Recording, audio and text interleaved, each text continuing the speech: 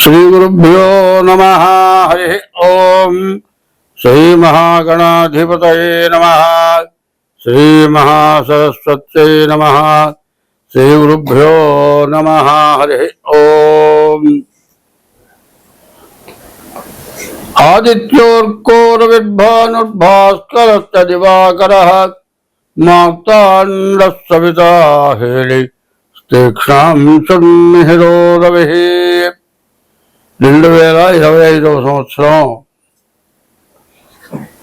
ఈ సంవత్సరం మార్చి నెల 30వ తారీఖుతో సంవత్సరం ప్రారంభమైంది.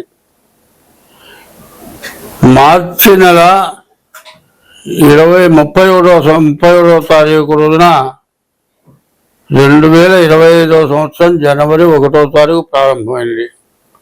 ఆ రోజున మీనరాశిలో 6 గ్రహాలు ఒక చోట చెందాయి. 6 గ్రహాల్లో ఒక్క గ్రహం అదే రాశిలో 2 సంవత్సరాల 6 మాసాలు ఉంటుంది. ఆ రాశిలో ఉన్న తర్వాత గురువు ఉన్నాడు. గురువు కూడా అప్పటికి అదే రాశిలో ఉన్నాడు.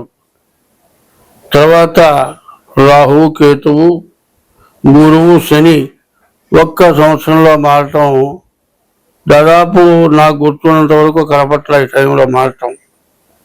ఇది బాగా కష్టానికి హేతువుగా కనపడుతుంది. మరి మే నెల మార్చి 30వ తారీఖు రోజేమో శనివేమో మీనానికి వచ్చాడు. 2 సంవత్సరాల 6 నెలలు మీన రాశిలో ఉంటాడు. మరి గురువేమో వృషభం నుంచి మే నెల 14 అర్ధరాత్రి తెల్లవారితే 15 అనగా గురువు మిథునంలోకి మారాడు. డిసెంబర్ దాకా ఉంటాడు. తర్వాత రాహువు మే నెల 18వ తారీఖు మీనంలో నుంచి కుంభంలోకి రాహువు, కన్యలో నుంచి సింహంలోకి కేతు మారారు. ఈ గ్రహాలు ఈ విధంగా మారటం చేత ప్రపంచంలో ఉన్నటువంటి జీవరాశులన్నిటికీ కూడా ప్రపంచంలో పరిపాలన చేసేటువంటి నాయకులకు కానీ ప్రపంచ దేశాలకు కానీ చాలా అరిష్టం జరుగుతుంది. చాలా కష్టమైన సంవత్సరం ఈ సంవత్సరం. అందరూ కూడా చాలా జాగ్రత్తగా ఉండాలి అని ఇదివరకే హెచ్చరించాను. దానికి తగ్గట్టుగా ఈ మధ్యలో పాకిస్తాన్ వారు చెప్పా అంతర్యుద్ధం అని చెప్పా. యుద్ధం అంటే సరాసరి ఎదరబడి కొట్టుకోవడం కాకుండా లోపల దురాలోచన, ఇబ్బంది నేను కొట్టట్లా, నేనేం చేయను చేయబట్టుకొని గొంతు పుచ్చుతాడు. ఏం చేయను, నువ్వు మిత్రుడు అంటుని గొంతు పుచ్చుతాడు. ఇది నమ్మక ద్రోహము అంటారు. ఇప్పుడు మనకు పాకిస్తాన్లో వచ్చిన యుద్ధం పాకిస్తాన్కి ఇండియాకే కాదు. కొన్ని దేశాలేమో ఇండియాకు సపోర్టు, కొన్ని దేశాలేమో పాకిస్తాన్కు సపోర్టు. ఎందుకంటే అన్ని దేశాల్లోకి హిందూ దేశం బాగా పైకి వస్తుంది. ఈ దేశం మా దేశం కంటే పైకి ఎందుకు రావాలి అనే ఉద్దేశంతో కొన్ని చిన్న చిన్న దేశాలంతా కూడా రాజకీయం చేసి యుద్ధం వద్దు అంటూనే యుద్ధం చేయించినాయి. ఇంకా ముందు కూడా ఏమి తెలియకుండానే జరగాల్సిన చాలా పెద్ద సమస్యలు రాబోతున్నాయి. పాకిస్తాన్కి మనకు ఎప్పుడు కూడా కత్తి బొడ్లో పడుకుంటాం. ఈ కత్తి ఎక్కడన్నా పెడితే ఎవరన్నా గాజేసిపోతారేమో, శత్రువులు ఉన్నారని కత్తి బొడ్లో పడుకుంటే ఆ బొడ్లో పెట్టుకున్న కత్తి ఆ బొడ్లో పొట్టలో గుచ్చుకొని వారు అట్లాగే చచ్చిపోయినట్ట. ఇవాళ మనం భారతదేశంలో అంతర్భాగమైనటువంటి పాకిస్తాన్ అన్నదమ్ముల్లాగా విడిపోయి బొడ్లో పెట్టుకున్న కత్తిలాగా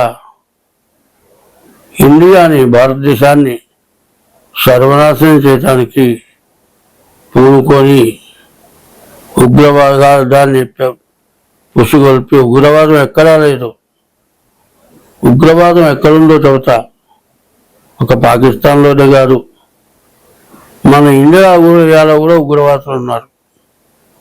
వాళ్ళని పెంచి పోషిస్తున్నారు. అది ఎవరు గుర్తుపట్టరు. ఎవరు నేను పెంచి పోషిస్తున్నానని చెప్పరు. అక్కడి నుంచి కాకుండా ఇక్కడి నుంచి యుద్ధం జరగవచ్చు.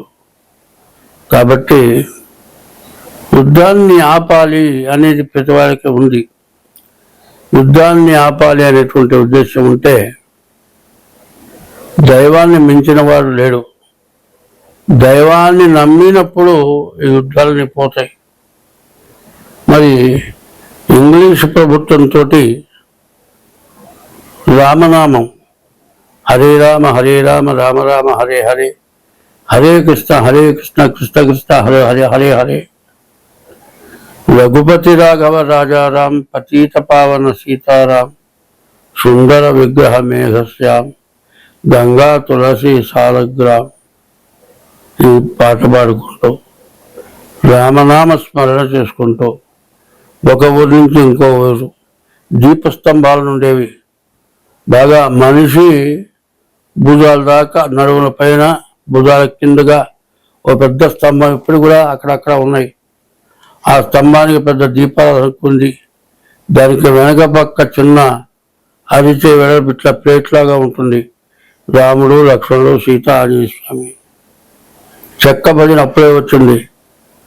హరే రామ రామ రామ హరే హరే, హరే కృష్ణ కృష్ణ కృష్ణ హరే హరే అని నామం చేసుకుంటూ, రామదాసు కీర్తనలు పాడుకుంటూ, త్యాగరాజ కృష్ణ పాడుకుంటూ, అక్షర జ్ఞానం లేని ఓనమాలు రాని వాళ్ళ దగ్గర నుంచి బాగా చదువుకున్న వాళ్ళంతా కూడా రామదండు అని తయారు చేసి, ఈ రామదండుతోటి మరి ఎంతోమంది మహానాయకులు, అల్లూరు సీతారామరాజు, మరి వీరపాండ్య కట్టబ్రహ్మణ, ఇట్లాంటి వాళ్ళు ఎంతోమంది, అందరూ నాకు గుర్తులేదు, చెప్పలేకపోతున్నాను వయసు పెరగడం చేత. ఇట్లాంటి వాళ్ళంతా కూడా మరి బోసు, సుభాష్ చంద్రబోసు, ఇట్లాంటి వాళ్ళంతా కూడా దేశానికి ప్రాణాలు అర్పించి అమరవీరులై కూడా భారతదేశాన్ని గెలవలేకపోయినారు. ఒక్క రామనామంతో మరి అంగోస్త్రం, ఒక మెళ్ళో ఓ జంజం, చిలక, చేతికర్ర పట్టుకొని ఆయన రఘుపతి రాఘవ రాజారాం అంటూ, ప్రజల హరే రామ్ అంటూ, రామదాసు కీర్తనలు పాడుతూ ఇంగ్లీష్ వాళ్ళ మీద గెలిచి ప్రభుత్వాన్ని యుద్ధం లేకుండా స్వాధీనం చేసుకున్నారు. అదేవిధంగా ఇంగ్లాండ్ అయినా న్యాయ ధర్మాలతో పరిపాలించి ఉండవచ్చు, కానీ అన్యాయంగా చండాలమైనటువంటి నీచ స్వభావంతో ఎప్పుడు కూడా ముస్లిమ్స్ ప్రతి ఆర్డర్ మీద కన్ను వేసి, భర్త ఉండగా భార్యతో వ్యభిచారం చేసి, ఎంత నీచాతి నీచమైన పనులు చేసి మరి ఇంగ్లీష్ వాళ్ళకు ఒప్పచెప్పారు మన ప్రభుత్వాన్ని. మళ్ళీ మరి వాళ్ళే పాకిస్తాన్ వాళ్ళే చేస్తున్నారు, ఇంకా వెనకాల ఎవరైనా ఉన్నారు. మరి మన మతానికి తేడా మతం, ఇది ఏతీ మతం అంటారు, ఈ ముస్లిం మతం ఇట్లా తయారైంది. మరి అందరూ కూడా భగవంతుడిని నమ్మాలి, భగవన్నామ స్మరణ చేయాలి. ఎట్లా చేయాలి అనేది మా బోటి వాళ్ళని చేయిస్తున్నాం. ఇటువంటి నామస్మరణతోటి ప్రాణం పోయిన వ్యక్తి మళ్ళీ తిరిగిరారు. యుద్ధంలో ఎంతో మంది అమాయకులు ప్రాణాలు కోల్పోయినారు. 10 సంవత్సరాల పిల్లల దగ్గర నుంచి యుద్ధం లేకుండా నిర్యుద్ధంగా దైవ బలంతో మన ప్రపంచాన్ని మనం కాపాడుకోవటానికి దైవ సంబంధమైన యత్నాలు చాలా ఉన్నాయి.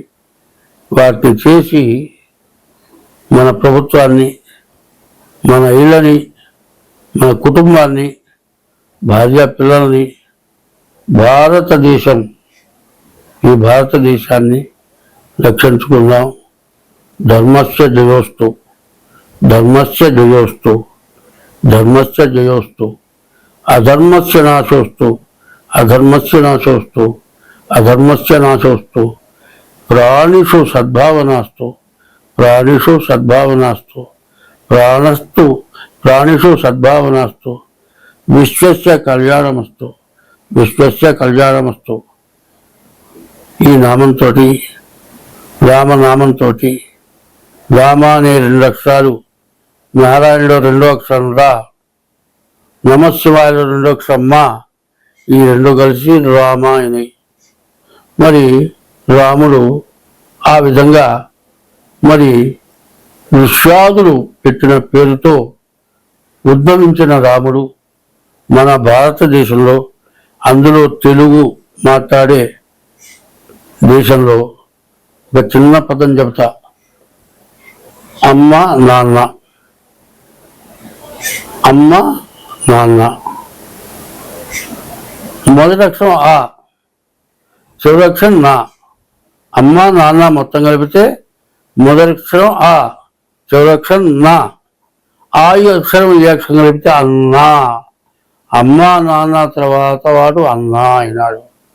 చూడండి, అటేమో నమశివాయ, నమో నారాయణాయలో రా, నమశివాయలో మా కలిపితే రామ అయిపోయ.